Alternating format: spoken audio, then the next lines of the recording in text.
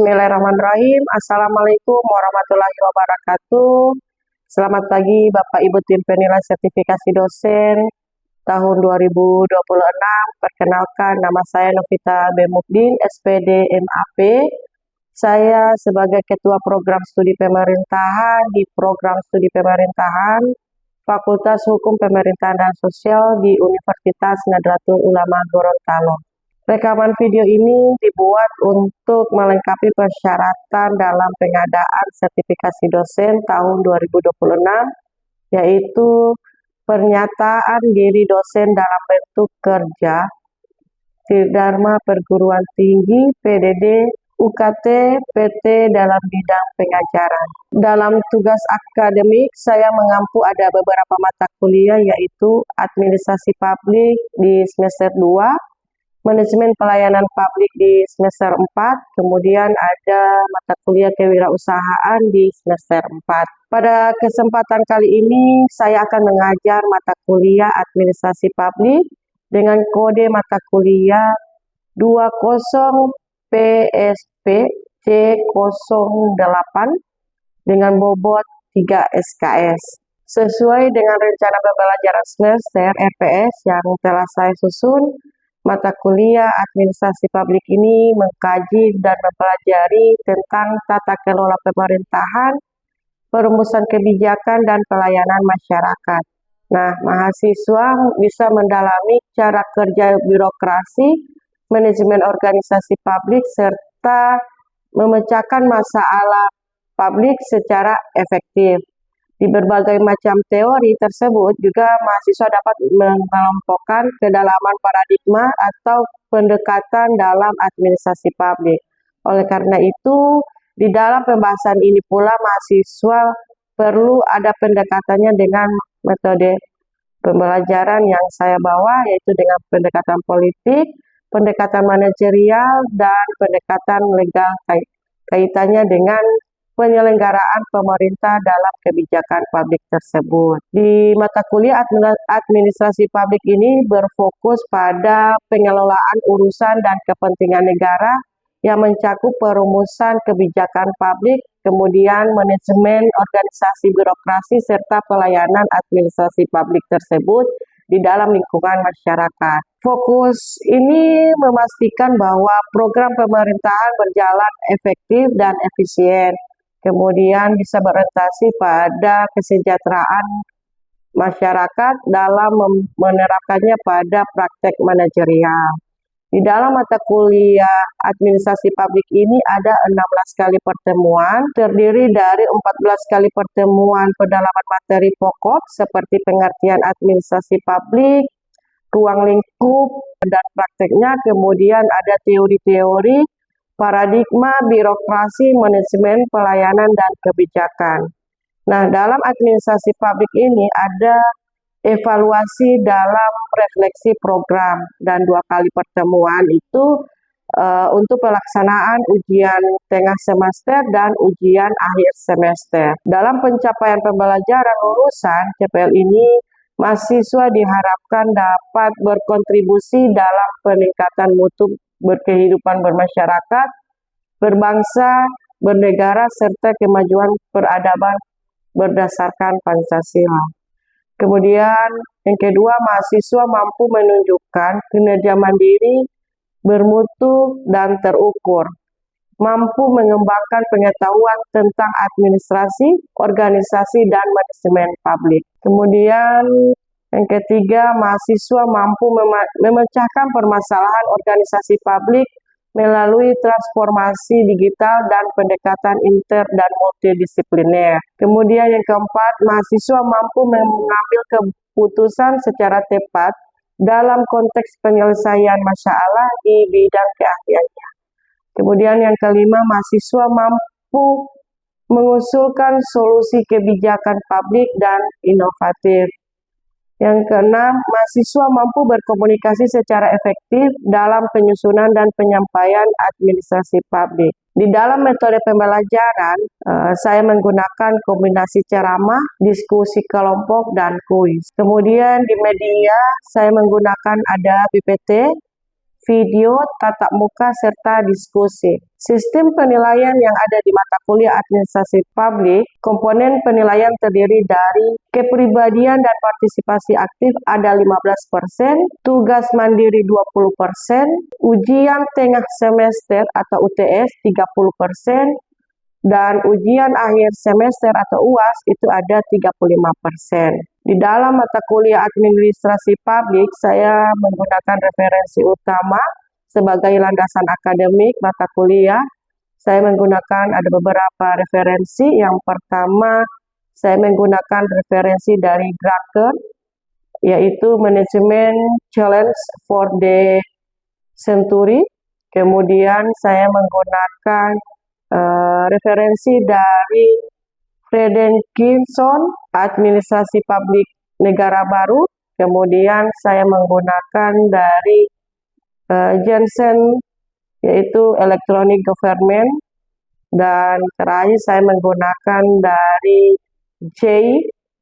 M. Safir, yaitu Defining Public Administration. Berikut adalah contoh video pembelajaran yang akan saya lakukan secara offline di dalam kelas. Sekian, wabillahi taufiq wal hidayah. Assalamualaikum warahmatullahi wabarakatuh.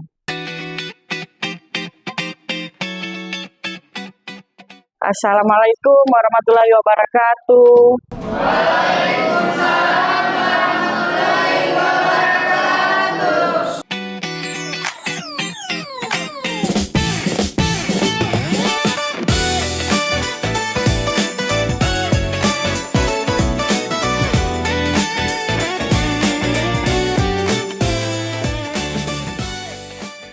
Assalamualaikum warahmatullahi wabarakatuh. Waalaikumsalam warahmatullahi wabarakatuh. Baiklah, pada kesempatan kali ini kita masuk pada pertemuan pertama mata kuliah administrasi publik. Sebelum kita masuk ke proses pembelajaran pada pagi hari ini, saya mau tanya dulu kabar-kabar mahasiswa. Apa kabar kalian hari ini? Alhamdulillah pada pertemuan kali ini kita masih diberikan kesehatan, kekuatan sehingga kita masih bisa dipertemukan dalam proses belajar mengajar pada siang hari ini. Sebelum proses pembelajaran dimulai, marilah kita berdoa sesuai agama dan keyakinan kita masing-masing. Berdoa dimulai.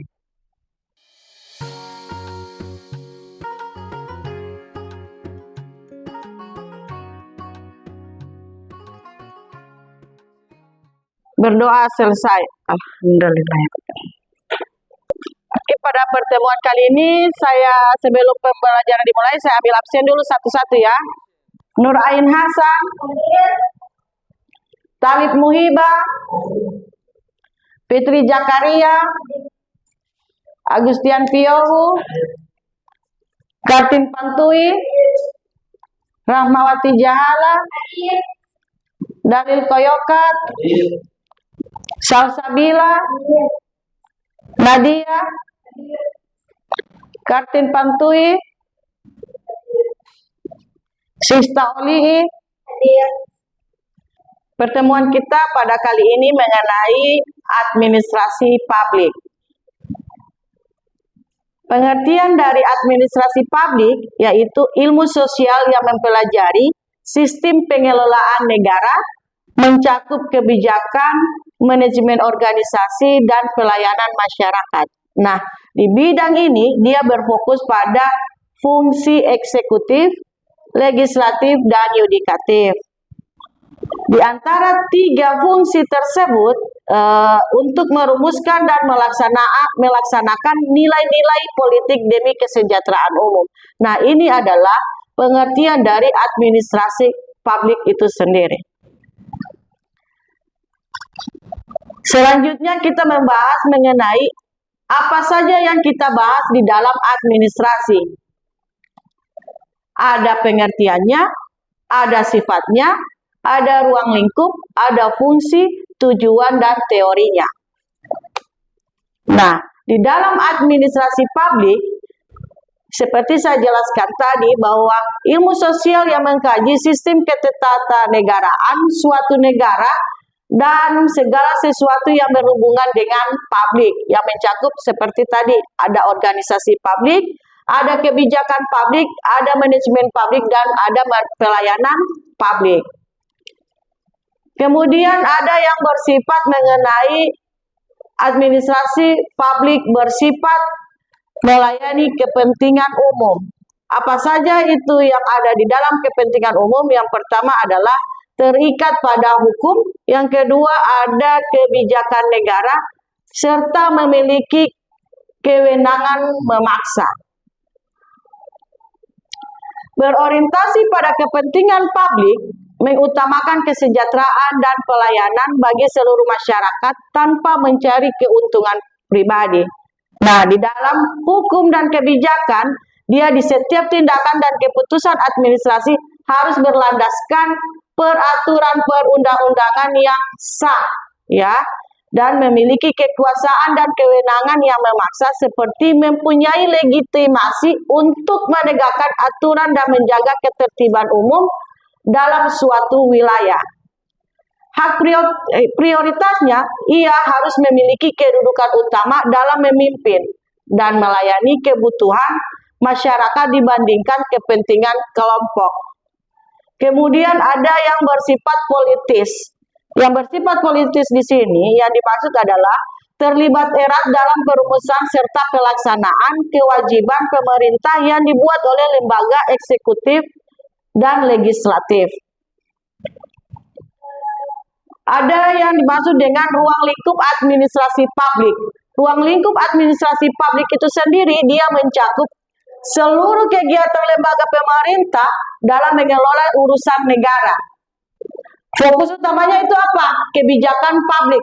Ada manajemen pemerintahan, ada reformasi birokrasi, dan ada tata kelola pemerintahan yang baik. Artinya di dalam good governance, dia harus melayani pelayanan publik untuk mewujudkan kesejahteraan masyarakat. Nah, apa fungsi dari administrasi publik itu sendiri? Yang pertama adalah pelayanan publik. Pelayanan publik artinya dia memberikan layanan dasar seperti apa? Kesehatan, pendidikan, dokumen kependudukan kepada warga negara. Itu yang dinamakan fungsi dari pelayanan publik. Yang kedua ada fungsi administrasi yang berupa pelaksanaan kebijakan. Apa saja itu? Yaitu dia menjalankan aturan dan program yang dibuat oleh pemerintah. Kemudian ada fungsi administrasi berupa pembangunan. Maksud di sini artinya mengatur proses pembangunan sarana umum dan pertumbuhan ekonomi. Yang terakhir adalah fungsi dari administrasi yang bersifat pengawasan. Dia adalah mengontrol jalannya kegiatan pemerintah agar tetap tertib dan efisiensi. Nah, kita masuk pada tujuan administrasi publik.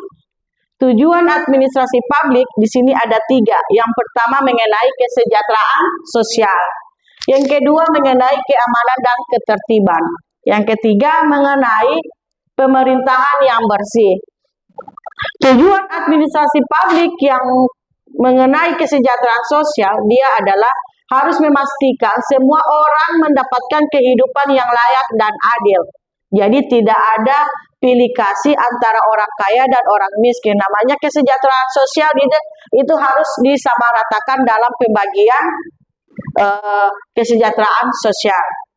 Yang kedua mengenai keamanan dan ketertiban. Nah, keamanan dan ketertiban di sini di dalam administrasi publik dia harus menjaga keamanan yang ada di dalam negara atau di negeri agar masyarakat merasa aman, nyaman, dan tentram. Kemudian yang ketiga, tujuan dari administrasi publik yaitu pemerintah yang bersih. Maksud dari pemerintahan yang bersih artinya dia harus mewujudkan sistem kerja yang jujur, terbuka, dan bisa dipercaya oleh rakyat, ya.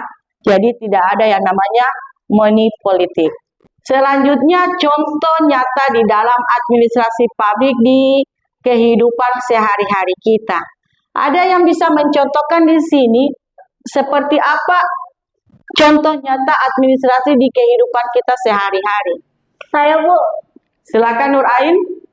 Baik, kalau kita berbicara tentang bagaimana contoh nyata administrasi publik dalam kehidupan sehari-hari, contohnya bagaimana kita di desa, di mana masyarakat yang ada di desa mengatur segala sesuatu yang ada di desa itu untuk membuat KTP, mengatur semua KTM dan lain sebagainya, itu semua melalui desa agar supaya kita dilayani dengan baik. Menurut saya seperti itu, Bu. Baik, terima kasih atas jawabannya dari Saudari Nur Ain Hasan. Apa yang disampaikan itu sangat benar. Contoh yang ada di lingkungan kehidupan sehari-hari itu misalkan ada di pelayanan yang ada di administrasi di kelurahan. Ada lagi yang bisa memberikan contoh selain dari Nur Ain? Saya Ibu. Silakan Agus. Baik Ibu, untuk contoh administrasi publik yang saya pahami bahwa di pemerintah itu melakukan pengaturan terkait pengurusan dokumen-dokumen resmi seperti pengurusan surat izin, surat pembuatan surat tanah dan lain-lain. Dan pemerintah melakukan pelayanan kepada masyarakat terkait pembuatan tersebut. Baik, terima kasih atas jawaban yang diberikan dari Saudara Agus. Apa yang disampaikan adalah sangat-sangat benar. Jadi contoh administrasi publik ya di dalam kehidupan sehari-hari seperti kita ketahui bersama bahwa kalau di lingkungan masyarakat yaitu kita harus mengurus administrasi yang ada di kelurahan. Kalau yang namanya kita mengurus administrasi di kehidupan sehari-hari yang ada di lingkungan kampus, di lingkungan pendidikan, yaitu kita harus mengurus administrasi, misalkan apa? Kita membuat surat keterangan aktif kuliah, kita minta surat untuk turun penelitian dan lain sebagainya. Itu adalah contoh administrasi yang ada di kehidupan kita sehari-hari ya. Kalau itu sudah dijawab tadi dari segi lingkungan masyarakat, ada dari segi lingkungan juga kehidupan kita yang ada di lingkungan kampus, oke? Itu adalah contoh nyata dari administrasi publik di kehidupan kita sehari-hari. Selanjutnya kita masuk pada teori administrasi publik. Nah, di dalam teori administrasi publik ini, kita sebagaimana pemerintah dan lembaga mengelola kebijakan serta sumber daya untuk melayani masyarakat. Disiplin ilmu ini, dia adalah teori dan praktik agar birokrasi bekerja secara efisien, akuntabel, dan responsif terhadap kebutuhan sosial. Oke, kita masuk pada sesi tanya jawab ya. Jadi saya akan menanyakan kepada mahasiswa pertanyaan dan kalian akan menjawab. Yang bisa menjawab akan angkat tangan dan saya akan mengambil nilai ya.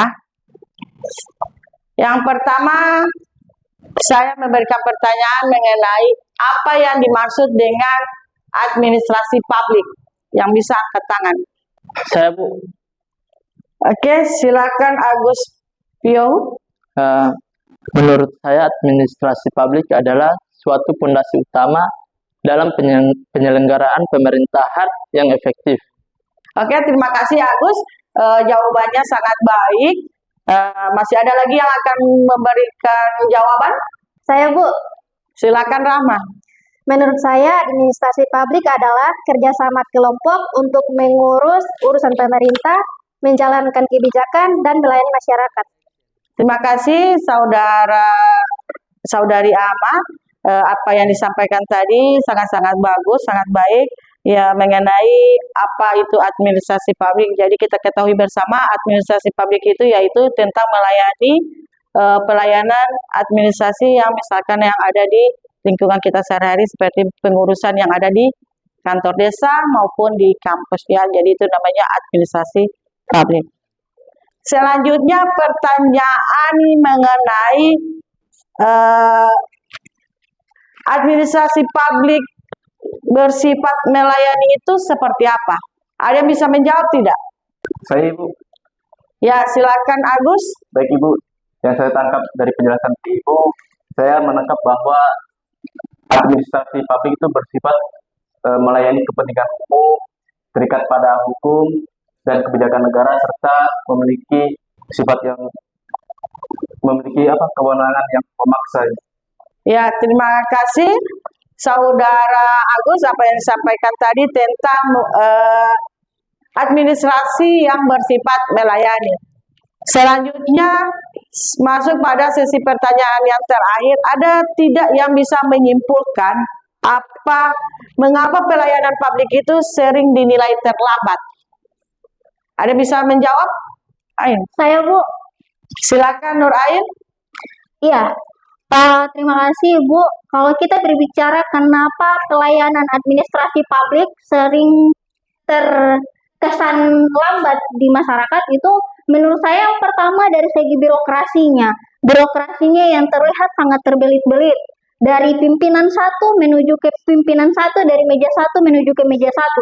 Sehingganya itu memperlambat prosesnya, padahal itu mudah untuk dijalankan. Yang kedua yakni dengan adanya SDM-nya. SDM yang mungkin tidak ditempatkan pada porsinya masing-masing, sehingga itu memperlambat pelayanan administrasi publik kepada masyarakat. Terus yang terakhir itu yaitu tentang bagaimana sistem teknologi yang ada itu masih terbilang sangat lemah, sehingga masih ada gangguan yang terjadi pada saat pelayanan tersebut. Mungkin cuma itu jawaban dari saya, Bu. Terima kasih. Ya, terima kasih Saudari Nur Ain. Apa yang disampaikan tadi sangat-sangat bagus, sangat-sangat baik. Bahwa kita ketahui bersama mengapa pelayanan administrasi itu sering terlambat atau sering dinilai lambat oleh masyarakat, terutama dalam pengurusan administrasi yang ada di desa. Misalkan mengurus surat keterangan tidak mampu, persyaratan yang ada di desa harus minta dulu surat pembayaran PBB. Nah, ketika surat pembayaran PBB ini sudah dibayarkan, baru bisa dilayani oleh aparat pemerintah desa tersebut. Kalau belum dilaksanakan pembayaran PBB, itu merupakan pelayanan apa yang diminta oleh masyarakat itu belum bisa dilaksanakan. Jadi ini merupakan salah satu persyaratan yang harus diutamakan di dalam administrasi yang ada di kelurahan tersebut, sehingga memperlambat administrasi yang ada di pengurusan oleh masyarakat tersebut. Jadi ternilai terkesan bahwa terbelit-belit di dalam pengurusan administrasi. Hanya mengurus satu berkas saja, persyaratannya harus melunasi pembayaran PBB. Oke, tadi sudah menerima materi mengenai administrasi publik. Ya, sudah menjelaskan bagaimana tentang pelayanan yang ada di lingkungan masyarakat, di lingkungan sehari-hari, kemudian apa-apa saja yang terjadi di dalam lingkungan sehari-hari. Kemudian di dalam administrasi publik ini ada ruang lingkup dan dimensi. Yang pertama yaitu mengenai kebijakan, kemudian ada manajemen, yang ketiga ada organisasi, yang keempat adalah etika. Nah, di dalam ruang lingkup administrasi tersebut, mengapa ada kebijakan? Yaitu kebijakan harus dibuat untuk mengenai aturan dari pemerintah, ya. Itu harus ada kebijakan. Kemudian yang kedua harus ada manajemen. Kenapa harus ada manajemen? Karena manajemen tersebut dia harus mengatur bagaimana cara kita mengatur dalam program yang sudah dibuat oleh pemerintah. Yang selanjutnya mengenai organisasi. Nah, kenapa harus ada organisasi? Karena organisasi ini adalah bentuk badan atau lembaga yang mengurus suatu negara. Kemudian ada etika. Nah, etika ini adalah sangat penting di dalam pelayanan administrasi publik. Kenapa? Karena di dalam etika ada nilai dan moral ketika kita bekerja di dunia birokrasi. Ya. Sebelum saya mengakhiri pertemuan kita pada hari ini, saya akan memberikan tugas untuk saya periksa di pertemuan selanjutnya, ya. Jadi diharapkan kepada mahasiswa untuk mengambil kertas, catatan, dan pulpen untuk menulis pertanyaan dan tugas yang saya berikan dan untuk saya kumpulkan di pertemuan selanjutnya. Tugas nomor 1. Jelaskan apa yang dimaksud dengan administrasi publik bersifat melayani. Yang kedua, jelaskan menurut pemahaman Anda, mengapa pelayanan publik dinilai terlambat?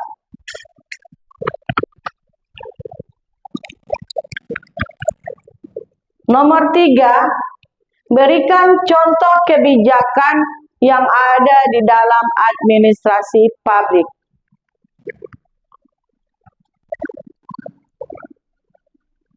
Selanjutnya, jelaskan organisasi yang ada di dalam dunia politik maupun pemerintahan.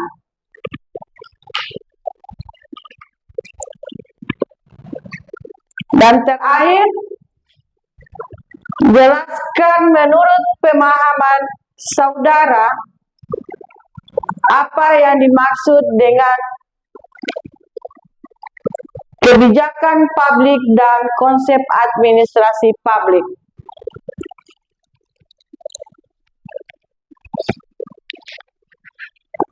Jadi ini pertanyaan tugas, saya akan kumpul di pertemuan selanjutnya, bawa catatan dan tugas yang lengkap. Demikian materi kita pada hari ini mengenai administrasi publik. Sebelum saya mengakhiri pertemuan pada hari ini, apa masih ada yang kurang jelas dan atau masih ada yang ingin dipertanyakan, silakan. Cukup. Pas. Oke. Kalau sudah tidak ada lagi pertanyaan, insya Allah kita akan ketemu lagi di pertemuan berikutnya. Semoga kita selalu dalam keadaan sehat walafiat. Dan pertemuan hari ini saya tutup dengan mengucapkan hamdalah, alhamdulillahirabbil alamin. Lebih dan kurangnya saya mohon maaf. Wabillahi taufiq wal hidayah. Assalamualaikum warahmatullahi wabarakatuh.